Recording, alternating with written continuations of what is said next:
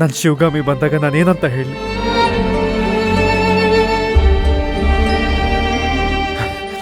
ನಮ್ಮ ಮುದ್ದಿನ ಮಗಳು ಭೈರವಿ ಸ್ವಲ್ಪ ದಿವಸ ಅಷ್ಟೇ ನಮ್ಮ ಜೊತೆ ಇರ್ತಾಳೆ ಅಂತ.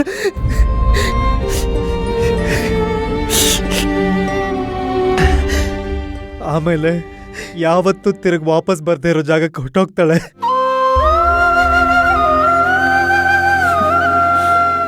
ಅವಳನ್ನ ಮುಟ್ಟಕ್ಕಾಗಲ್ಲ, ಮುತ್ತಾಡಕ್ಕಾಗಲ್ಲ, ಬರೀ ನೆನಪಾಗೆ ಉಳಿತಾಳೆ ಅಂತ ನಾನು ಹೇಗೆ ಹೇಳಿ?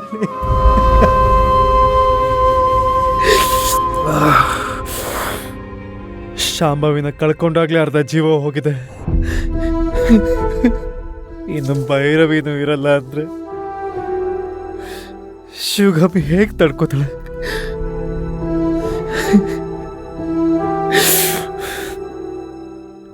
ಸಾವಿರಾರು ಕೋಟಿ ಆಸ್ತಿ ಹೋದ್ರು ಅದಕ್ಕಿಂತ ಬೆಲೆ ಬಾಳೋ ಆಸ್ತಿ ನನ್ನ ಗಂಡ ನನ್ನ ಮಗಳು ಅಂತ ಬದುಕ್ತಿದ್ದಾಳೆ. ಆದ್ರೀಗ ನಾನು ಹೇಳೋಕೆ ಹೊರಟಿರೋ ಸತ್ಯನ ಅವಳು ಹೇಗೆ ತಡ್ಕೋತಾಳೆ?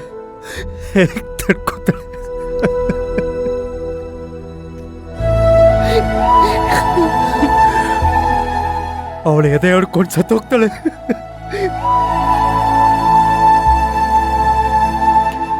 ನಾ ಶಿವಗಾಮಿಗೆ ಈ ಸತ್ಯ ಹೇಳೋ ಶಕ್ತಿ ನನಗಂತೂ ಇಲ್ಲ. ಇದನ್ನ ಕೇಳೋ ಶಕ್ತಿ ಅವಳಿಗಂತೂ ಇಲ್ಲ. ಏನ್ ಮಾಡ್ಲಿ ನಾನು?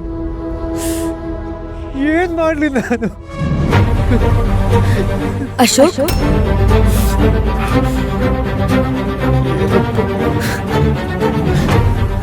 ಅಶೋಕ್, ಅಶೋಕ್, ಅಶೋಕ್, ಭೈರವಿಗೆ ಆಪರೇಷನ್ ಆಯ್ತಾ? ಹೇಗಿದ್ದಾಳೆ? ಏನ್ ಹೇಳಿದ್ರು ಡಾಕ್ಟ್ರು? ನೋಡ್ಬೋದಾ ಅಶೋಕ್? ನಡೀರಿ, ಹೋಗಿ ನೋಡೋಣ, ನಡೀರಿ. ಶಿವಗಾಮಿ ಆಪರೇಷನ್ ಸಕ್ಸಸ್ ಆಯ್ತು. ನಮ್ಮ ಮಗು ಔಟ್ ಆಫ್ ಡೇಂಜರ್. ಹೌದಾ? ಕರೆಕ್ಟಾಗಿ ಕೇಳ್ಕೊಂಡ್ರ? ಇನ್ನೇನು ಪ್ರಾಬ್ಲಮ್ ಇಲ್ಲ ತಾನೆ? ಇಲ್ಲ ಶಿವಗಾಮಿ, ಏನು ಪ್ರಾಬ್ಲಮ್ ಇಲ್ಲ. ಕೊನೆಗೂ ಶಾಂಭವಿ ದೇವಿ ನಮ್ ಕೈ ಬಿಡ್ಲಿಲ್ಲ ನೋಡಿ. ನಾನ್ ಹೇಳಿಲ್ವಾ? ತಾಯಿ ಶಾಂಭವಿ ದೇವಿ, ಕೊನೆಗೂ ನೀ ನನ್ ಕೈ ಬಿಡ್ಲೇ ಇಲ್ಲ ನೋಡು. ಇವತ್ ಮಧ್ಯಾಹ್ನ ಸಾಯ್ತಾ ಇದ್ದಿದ್ ನನ್ ಮಗುನ ನೀನ್ ನನ್ ಮಡ್ಲಗ್ ಹಾಕ್ದೆ. ರಾತ್ರಿ ಅಷ್ಟರಲ್ಲಿ ಅವಳಿಗೆ ದೀರ್ಘಾಯುಷ್ ಕೊಟ್ಟು ನನಗ್ ವಾಪಸ್ ಕೊಟ್ಟಿದ್ಯಾ.